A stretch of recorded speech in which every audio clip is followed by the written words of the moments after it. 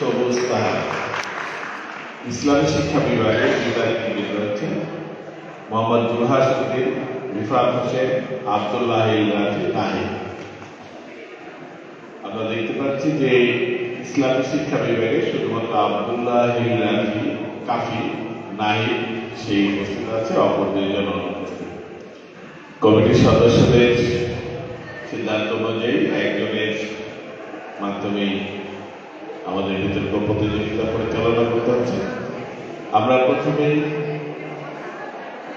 পক্ষ দলে ইংরেজি বিভাগের প্রথম বক্তা রাজিয়া সিকদার কাছ থেকে আমরা শুনবো। এর আগে একটু জানিয়ে দিচ্ছি, প্রতি বক্তার সময় পাবে 4 মিনিট।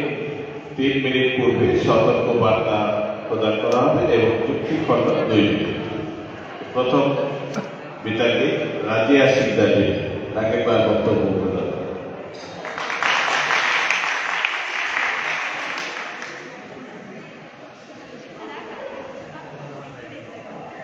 মাননীয় মডারেটর, বিজ্ঞ বিচারক মন্ডলী, আমার প্রতিপক্ষ দল এবং উপস্থিত যারা শুনছেন তাদের সকলের প্রতি রইল আমার আন্তরিক শুভেচ্ছা ও সালাম। আসসালামু আলাইকুম।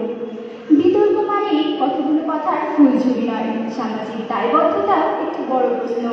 এরই প্রেক্ষিতে আমাদের আজকের বিতর্কের বিষয় নদী দূষণই বাংলাদেশের পরিবেশ বিপর্যয়ের প্রধান কারণ।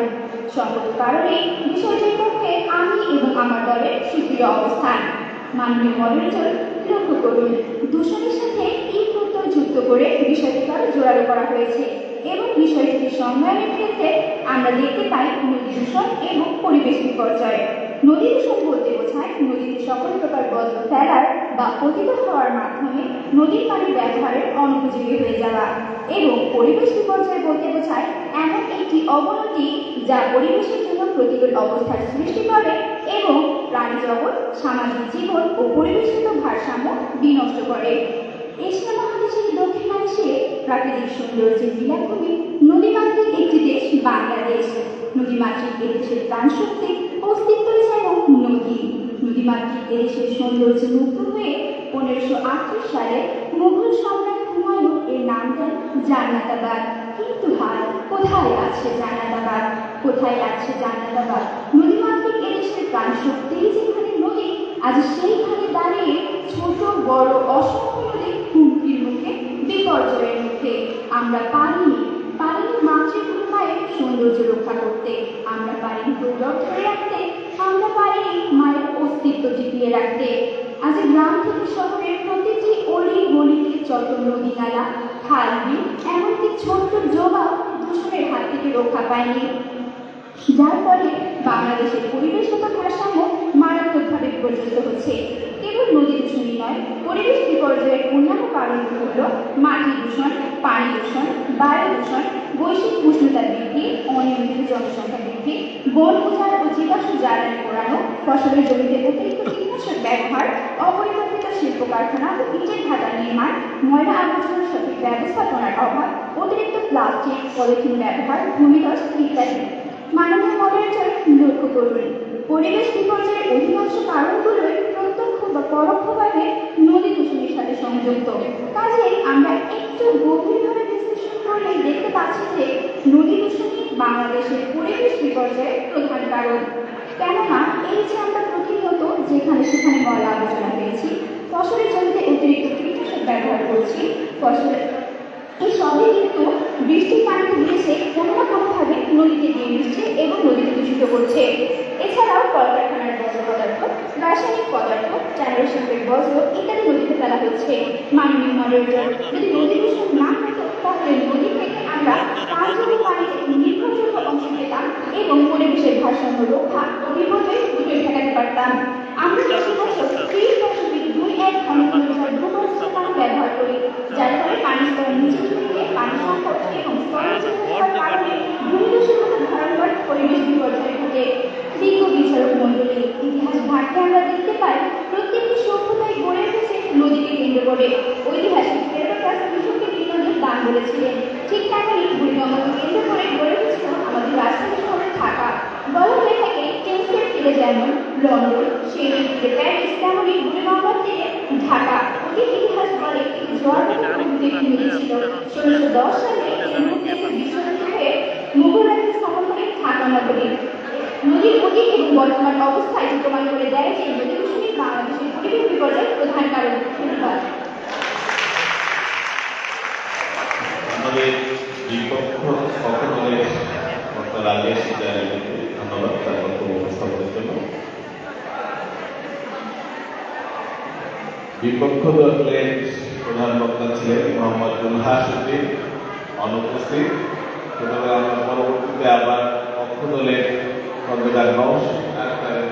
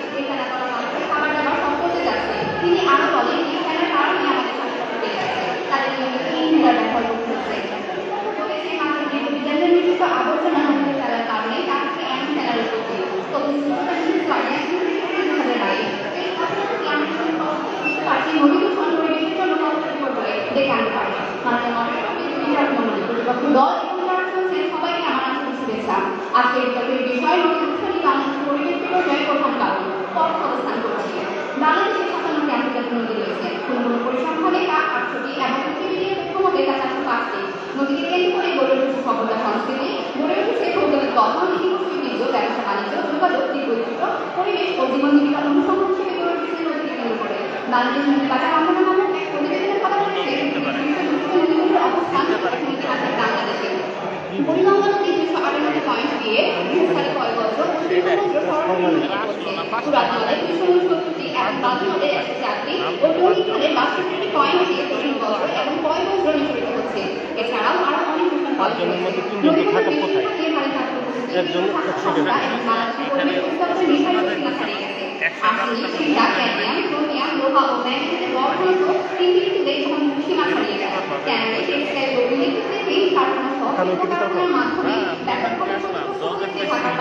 প্রবাহিত বুড়িগঙ্গা সম্পর্ক অপরিশোধিত বছর সরাসরি নদীতে ফেলে দেয়। এটি পরিবেশগত মারাত্মক সংকট তৈরি করে, যা বছরের পর বছর খারাপ হয়ে চলছে। জলবায়ু পরিবর্তনের প্রভাবে নদীর গতিপথ পরিবর্তিত হয়, পরিবেশ ভরাট হয়, নগরে শুরু হয়। এতে পানির অভাবে নামতে পারে অধিকাংশ নদী। বর্ষায় সামান্য পানি বহনের ক্ষমতা পর্যন্ত থাকে না। বর্ষায় এই সামান্য পানি বহনের ক্ষমতাটুকু হারিয়ে ফেলার কারণে কিন্তু আমরা প্রতি বছর ভয়াবহ বন্যার সম্মুখীন হচ্ছি। এই যে নদী দূষণের ফলে কিন্তু আমরা একটা ভয়াবহ বন্যার সম্মুখীন হচ্ছি। এই ভয়াবহ বন্যাটি প্রাকৃতিক পরিবেশ বিপর্যয়ের মধ্যে পড়ে না কর্তৃপক্ষ দল পেয়ে যাবে। পরিবেশের উপর নদীগুলোর একটি প্রভাব পড়ছে, কারণ তারা অপরিহার্য বাস্তুতন্ত্র পরিষেবা প্রদান করে থাকে। নদীগুলো বিভিন্ন ধরনের গাছপালা এবং প্রাণীদের আবাসস্থল হিসেবে কাজ করে এবং তারা নিম্ন উচ্চতায় জল পরিবহন করে জলচক্রে ভূমিকা পালন করে। এটি স্থানীয় জলবায়ু নিয়ন্ত্রণ করতে এবং মাটির ক্ষয়ের করতে সহায়তা করে। পানি, সেচ এবং অন্যান্য উদ্ভিদ জীবিকা পানি গ্রহণ করে। এ কারণে নদীগুলোকে প্রায় একটি অঞ্চলে জীবন রক্ষণ হিসেবে বিবেচনা করা হয় এবং এটি ক্লাসের বাইরে কোনো কথা বলি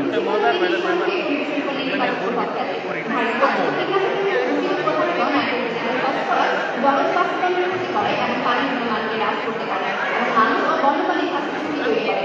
কৃষি উন্নয়ন বা বনবিদ্যুতের জন্য নদীটি এবং সংলগ্ন জলাভূমিগুলো প্রায়শই পরিবর্তিত ধ্বংস হচ্ছে, যা জীববৈচিত্র্য পরিচালিত করে। এই বাসস্থান ধ্বংস নেতিবাচকভাবে মাছের জনসংখ্যা, পাখি এবং বাস্তুতন্ত্রের নির্ভরশীল অন্যান্য প্রাণীকে প্রভাবিত করে। সুনামগঞ্জের সুতানগঞ্জিতে 30-এর মাত্রা 4 এবং পরিমিত অক্সিজেনের পরিমাণ 0.8, গাজীপুরের লবণগঞ্জ নদীতে 30-এর মাত্রা 5 এবং পরিমিত অক্সিজেনের পরিমাণ 0.4, নরসিংদীর খারেকপুর নদীতে 30-এর মাত্রা 6.1 এবং পরিমিত অক্সিজেনের পরিমাণ 0.6, অর্থাৎ আদর্শ মানের চাইতে নিচে। এছাড়া এসব নদীতে বায়োলজিক্যাল অক্সিজেন ডিমান্ড এবং কেমিক্যাল অক্সিজেন ডিমান্ড এই দুটির মাত্রা অস্বাভাবিক অবস্থা দেওয়া হয়েছে।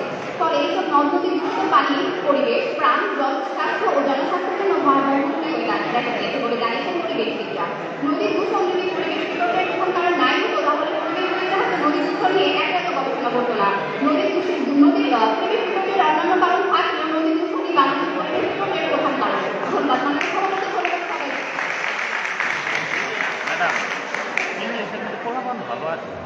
আমাদের আমরা কিভাবে সবগুলো পক্ষ দলের দ্বিতীয় বক্তা খন্দকার নওশীন আক্তার তার চমৎকার বক্তব্যের জন্য তাকে ধন্যবাদ। বিচারের জন্য বিপক্ষ দলের দ্বিতীয় বক্তা ছিলেন রিফাত হোসেন, ইসলাম শিক্ষা বিভাগে, সেও অনুপস্থিত। সুতরাং আমরা ইংরেজি বিভাগের পক্ষ দলের দলনেতা সবুজ তারের বক্তব্য শুনব। Hello, 30 second please, 30 second. আমাদের কাছে বিভিন্ন সময়ে কমপ্লেন আসে, অভিযোগ আসে যে পেছনে যারা বসে থাকে তারা মানে পেছনে এবং অন্যান্য যারা প্রচন্ডভাবে অতিরিক্ত কথা বলার জন্য আমাদের বিচার কার্যের খুবই সমস্যা হচ্ছে। তারাও বলছেন আমাদেরকে, অনেকেই বলছেন মেহরবানি করে বিতর্কের যে সৌন্দর্যটা আছে, বিতর্কের সবচেয়ে বড় সৌন্দর্য হচ্ছে নীরবতা। এই নীরব থাকার জন্য সবাইকে অনুরোধ করছি, যাদের পেছনে বসে কথা বলার ইচ্ছা তোমাদেরকে আমি অনুরোধ করছি, আমরা কমিটির পক্ষ থেকে তোমরা প্লিজ চলে যেও। এখানে থাকতে হলে নীরব হয়ে প্রোগ্রাম দেখতে হবে, তা না হলে বিচার কার্যে খুবই সমস্যা হয়। ধন্যবাদ। অসংখ্য ধন্যবাদ আমাকে আজকের বিতর্কের এই মঞ্চে বক্তব্য প্রদানের সুযোগ দেওয়ার জন্য। মাননীয় সভাপতি, বিজ্ঞ বিচারক মন্ডলী, প্রতিপক্ষ এবং যারা শুনছেন। বিতর্ক চলছে। আজকের বিতর্কের বিষয়টি নির্ধারিত হয়েছে নদী দূষণই বাংলাদেশের পরিবেশ বিপর্যয়ের প্রধান কারণ। অত্যন্ত যুক্তিযুক্ত কারণে আমি এবং আমার দল বিষয়টির পক্ষে অবস্থান করছি। বিজ্ঞ বিচারক মন্ডলী, আজকের বিতর্কে আমাদের প্রতিপক্ষে 2 জন সদস্য অনুপস্থিত থাকায় আমরা অত্যন্ত আশাহত হয়েছি। আমাদের প্রতিপক্ষের যে প্রশ্নগুলোর উত্তর আমরা তৈরি করে নিয়ে এসেছিলাম সেগুলো দেওয়ার সৌভাগ্য হয়তো আমাদের হবে না, তাই আমাদের যে বক্তব্য সেটাই আমরা পেশ করছি। বিজ্ঞ বিচারক মন্ডলী, লক্ষ্য করুন, আমরা সেই সময় দাঁড়িয়ে নদী দূষণ নিয়ে কথা বলছি যখন নদী দূষণের দেশের তালিকায় বাংলাদেশ সবার শীর্ষে অবস্থান করছে এবং নদী দূষণই বাংলাদেশের পরিবেশ বিপর্যয়ের প্রধান কারণ হয়ে দাঁড়িয়েছে। এই কারণে বিপর্যস্ত হচ্ছে জনজীবন এবং প্রাকৃতিক পরিবেশ। আমরা যদি বরিশাল অঞ্চলের মানুষের দিকে তাকাই তাহলে দেখতে পাবো যে সেখানকার মানুষ বেশিরভাগই তাদের নদীকে কেন্দ্র করে তাদের জীবন ব্যবস্থা গড়ে ওঠে। তাদের রান্নার পানি থেকে শুরু করে পয়নিষ্কাশনের সমস্ত পানি তারা নদী থেকে ব্যবহার করে থাকে। এই নদীর পানি যখন হয়ে যায় তখন বলার আর অপেক্ষা থাকে না, নদী দূষণই বাংলাদেশের পরিবেশ বিপর্যয়ের প্রধান কারণ। বিজ্ঞ বিচারক মন্ডলী, লক্ষ্য করুন, আজকে পৃথিবীর প্রধান সমস্যা কার্বন নিঃসরণ। নদী কার্বন চক্রের একটা গুরুত্বপূর্ণ অংশ। নদী এবং জলজ পরিবেশ কার্বন কমাতে অত্যন্ত গুরুত্বপূর্ণ ভূমিকা পালন করে। নদী এবং জলজ পরিবেশ কার্বন কমিয়ে পরিবেশের ভারসাম্য রক্ষা করে। যদি নদী গুরুত্বপূর্ণ নাই হতো তাহলে কার্বন চক্র ক্ষতিগ্রস্ত হতো। এবং আমরা বিজ্ঞ প্রতিপক্ষের কাছে একটা প্রশ্ন করে যেতে চাই যে কার্বন শোষণ ছাড়া কিভাবে তারা পরিবেশের বিপর্যয় ঠেকাবে, যুক্তিসঙ্গতভাবে উত্তর দিয়ে যাবে। নদীতে থাকা শৈবাল এবং অন্যান্য জলজ উদ্ভিদ তৈরি খাদ্য তৈরিতে সূর্যালোক থেকে কার্বন ডাই অক্সাইড ব্যবহার করে। এই কার্বন ডাই অক্সাইড তারা বায়ুমণ্ডল থেকে গ্রহণ করার কারণে বায়ুমণ্ডলে কার্বন ডাই অক্সাইডের পরিমাণ কমে যায়। এছাড়াও জৈব পদার্থের পচন ও কার্বন জমা নদীর তলদেশে কার্বন ধারণ, অর্গানিক কার্বন সংরক্ষণে সহায়তা করে। এবং নদী কার্বন শোষণ সক্ষমতা যদি কমে যায় তাহলে পরিবেশের মারাত্মক বিপর্যয় নেমে আসবে। কার্বন চক্রের ভারসাম্য বিনষ্ট হবে এবং ভয়ঙ্কর পরিবেশ বিপর্যয়ের মধ্যে বাংলাদেশ পড়বে। এর মধ্যে অন্যতম কিছু বিপর্যয় হচ্ছে বাংলাদেশের পরিবেশ দূষণের মাত্রা বেড়ে যাবে, নদীর পরিমাপের স্তর ধ্বংস হয়ে যাবে, তাপমাত্রা বৃদ্ধি পাবে এবং অনিয়মিত বৃষ্টিপাতের আধিক্য দেখা যাবে। বিজ্ঞ বিচারক মন্ডলী, লক্ষ্য করুন, নদী দূষণই জলবায়ু পরিবর্তনকে ত্বরান্বিত করতে সক্ষম। আর এভাবেই নদী দূষণ পরিণত হয়েছে বাংলাদেশের পরিবেশ বিপর্যয়ের অন্যতম প্রধান কারণে। বিজ্ঞ বিচারক মন্ডলী, লক্ষ্য করুন, বাংলাদেশের নদী দূষণের ফলে দেশের পরিবেশ মারাত্মকভাবে বিপর্যস্ত হচ্ছে। দেশের কৃষি জমির উর্বরতা কমে যাচ্ছে, কারণ এই জমিতে যখন আমরা দূষিত নদীর পানি ছেড়ে দেবো তখন ফসল উৎপাদন হ্রাস পাবে এবং দীর্ঘমেয়াদী উৎপাদনশীলতা কমে যাবে। মানুষ দূষিত পানি ব্যবহার করার ফলে নানাবিধ রোগে আক্রান্ত হচ্ছে। বর্তমানে দূষিত নদী বিভিন্ন ধরনের মশার প্রজনন স্থল। এর ফলে মশাবাহিত রোগের প্রকোপে বাংলাদেশের মানুষের মৃত্যু ঘটছে। দূষণের ফলে নদীর প্রবাহ বাধাগ্রস্ত হচ্ছে, যা পরিবেশে বন্যার ঝুঁকি বাড়াচ্ছে। দূষণের ফলে তীরে থাকা মাটি দুর্বল হয়ে ভূমিক্ষয় এবং নদী ভাঙন হচ্ছে, যার ফলে অসংখ্য মানুষ তাদের ঘর বাড়ি হারাচ্ছে। মিঠা পানির সংকট তৈরি হচ্ছে, জীবিকা ও অর্থনীতিতে প্রভাব পড়ছে। বাংলাদেশের অমূল্য সম্পদ সুন্দরবনের উপরও নদী দূষণের প্রভাব পড়ছে। নদীতে তেল ও রাসায়নিক দূষণের কারণে সুন্দরবনের জীববৈচিত্র্য ধ্বংস হয়ে যাচ্ছে। বিজ্ঞ বিচারক মণ্ডলী। আমার দলের প্রথম বক্তা বাংলাদেশের পরিবেশ বিপর্যয়ের প্রধান কারণ নদী দূষণের পাশাপাশি আনুষঙ্গিক অন্যান্য কারণ বিশ্লেষণ করে নদী দূষণের ফলে ভূমিধসের মতো বিপর্যয়ের কথা প্রমাণ করে দিয়েছে। আমার দলের দ্বিতীয় বক্তা দেখিয়ে গিয়েছেন নদী কিভাবে বাস্তুতন্ত্র, জীববৈচিত্র্য, জনস্বার্থ ও প্রাকৃতিক পরিবেশকে বিপর্যস্ত করছে। এমন অবস্থায় আমি বলতে চাই নদী দূষণই বাংলাদেশের পরিবেশ বিপর্যয়ের প্রধান কারণ। ধন্যবাদ মাননীয় সভাপতি, ধন্যবাদ সবাইকে। পক্ষ দলের জননেতা সবুজ সাহাকে ধন্যবাদ তার বক্তব্য উপস্থাপনের জন্য। এবার বিপক্ষ দলের দলনেতা আব্দুল্লাহ হিল কাফি ইসলামের শিক্ষাকে তার বক্তব্য উপস্থাপনের জন্য অনুরোধ করছি।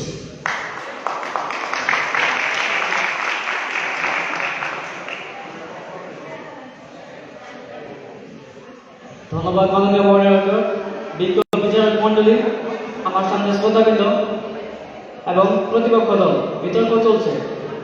আজকে বিতর্কের বিষয় নিয়ে খাওয়া হয়েছে নদী দূষণের বাংলাদেশের পরিবেশের বিপর্যয়ের প্রধান কারণ।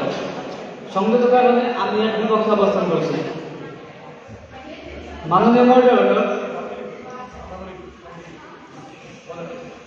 আমি বলতে যাচ্ছি যে নদী দূষণে একমাত্র কারণ কিভাবে হতে পারে, কেননা নদী তো নিজে নিজে দূষিত হতে পারে না, তাকে তো কেউ দূষণ করছে। এই দূষণটা কে করছে? এই দূষণটা করছে মানুষ, মানে আমরা। তার মানে প্রধান কারণ দ্বারায় পরিবেশ বিপর্যয়ের প্রধান কারণ নদী, পানি, বায়ু, ভূমি, এ কিছু নয়। নদী দূষণের একমাত্র কারণ আমরা মানুষ নিজেরাই। মাননীয় মহানগর, পরিবেশ শুধুমাত্র নদী দ্বারা সীমাবদ্ধ নয়। আমাদের পরিবেশ বায়ু এবং স্থল দ্বারা নিয়ন্ত্রিত, তাই শুধুমাত্র নদীকে প্রধান কারণ কোনোভাবে বলা যায় না। যেমনভাবে নদী আমাদের দেশে আনাচে কানাচে চলে যেতে রয়েছে, তেমনি আমরা ভূমিতে বসবাস করি। উদাহরণস্বরূপ দেওয়া যায়, আমাদের অডিটোরিয়ামের সামনে একটা ছোট্ট ভবন রয়েছে। ভবনের পাশে রয়েছে ময়লার ছোট্ট ভাগাড়। এই ভাগাড়টা নিশ্চয়ই নদী দ্বারা হয়নি, এটা মানুষ করেছে।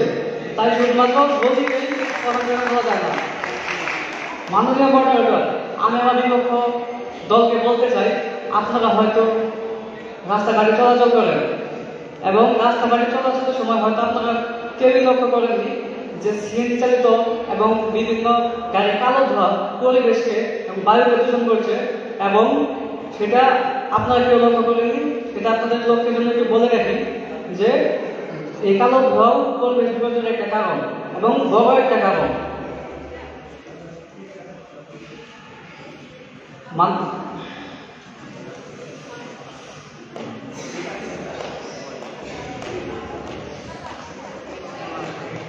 মাননীয় মহানগর, একটু আগে আমার প্রতিপক্ষ দলের প্রধান বক্তা বলে গেলেন যে কার্বন ডাইঅক্সাইড এর কারণে আমাদের পরিবেশ বিপর্যয় হচ্ছে। অবশ্যই হচ্ছে, এটা কেন হবে না? কিন্তু এটা সৃষ্টি হচ্ছে কোথা থেকে? আমাদের যে কলকারখানা এবং ইটের ভাটাগুলো আছে, সেখানে কালো মিশ্রিত ধোঁয়াগুলো, তাছাড়া আমাদের যে বজ্রগুলো আমরা নদীতে ফেলি, এগুলো তো একটা কারণ, এবং এই ধোঁয়াটা আমাদের পরিবেশিত হয়। তাছাড়া আমাদের বনজার হচ্ছে মানুষ দ্বারা সৃষ্ট। আমাদের সুন্দরবন পৃথিবীর সর্ববৃহৎ ম্যানগ্রোভ বনের মধ্যে একটি, সেটাকে আমরা কিভাবে ধ্বংস করছি? এটা নিশ্চয়ই নদী করছে না, আমরা করছি।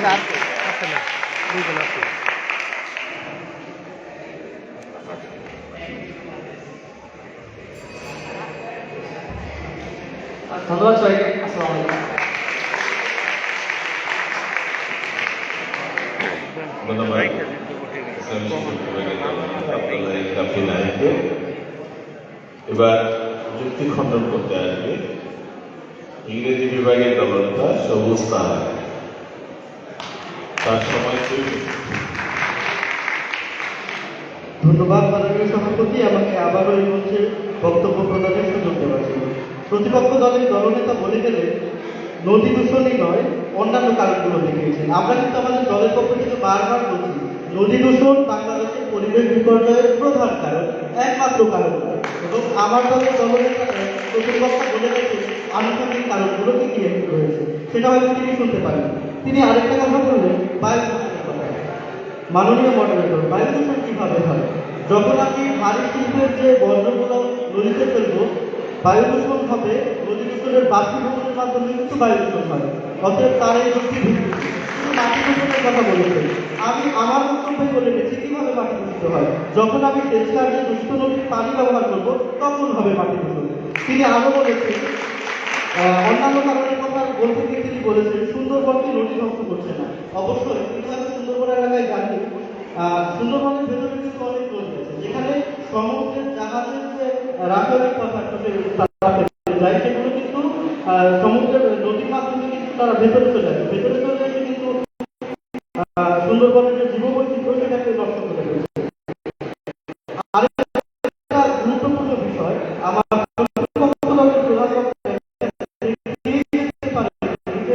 প্রধান কারণ কোনটা, কিন্তু আমাদের আজকের বিতর্কের বিষয় ছিল প্রধান কারণ এখানে তারা কোনোভাবেই অগ্রাহ্য করতে পারে না। তাই আমি আমার দলের পক্ষ থেকে জোরদারে জানিয়ে যাচ্ছি যে নদী দূষণই বাংলাদেশের পরিবেশ বিপর্যয়ের প্রধান কারণ। ধন্যবাদ মাননীয় সভাপতি, ধন্যবাদ সবাই। ধন্যবাদ সমস্ত আয়োজককে। এবার ইসলামী শিক্ষা বিভাগের কর্মকর্তা আব্দুল্লাহ কাফি নায়েককে একজনকে ধন্যবাদ করার জন্য অনুরোধ করব।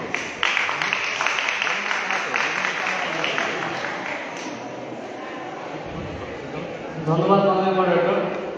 আজকের শিশু আগামী দিনের ভবিষ্যৎ।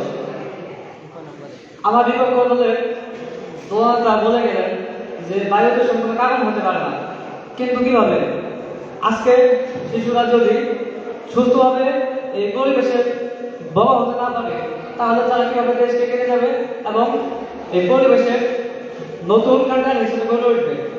এই জন্যে আর আমার বিপক্ষ দল বললেন যে আমি কোনো কারণ দেখাইনি। অবশ্যই কারণ দেখিয়েছি। প্রধান কারণ সেটা হচ্ছে পরিবেশ দূষণের জন্য শুধুমাত্র নদী দূষণের প্রধান কারণ নয়, সবচেয়ে বড় কারণ হচ্ছে মানুষ, এবং মানুষই এই পরিবেশ দূষণের জন্য সবচেয়ে বড় দায়ী।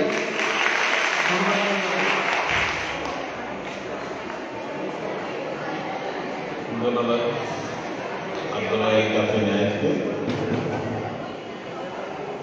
আমাদের এর মধ্য দিয়ে যুক্তি, উপস্থাপন, তথ্য উপস্থাপন এবং খণ্ডন পর্যায়ে বক্তব্য শোনার পালা শেষ হল। কিছুক্ষণের মধ্যে আমরা আমাদের বিচারক মন্ডলীর ফলাফল তুলে দেবো। তার আগে বিচারের কথা তোমাদের বলছি। আজকের যে বিষয়টি ছিল নদী দূষণই বাংলাদেশের পরিবেশ বিপর্যয়ের প্রধান কারণ। এখানে কয়েকটি বিষয়ের অবতারণা করা হয়েছে। এক, নদী দূষণ, তার সাথে একটি প্রত্যয় যোগ, পরিবেশ বিপর্যয় এবং তার সাথে যে কোনো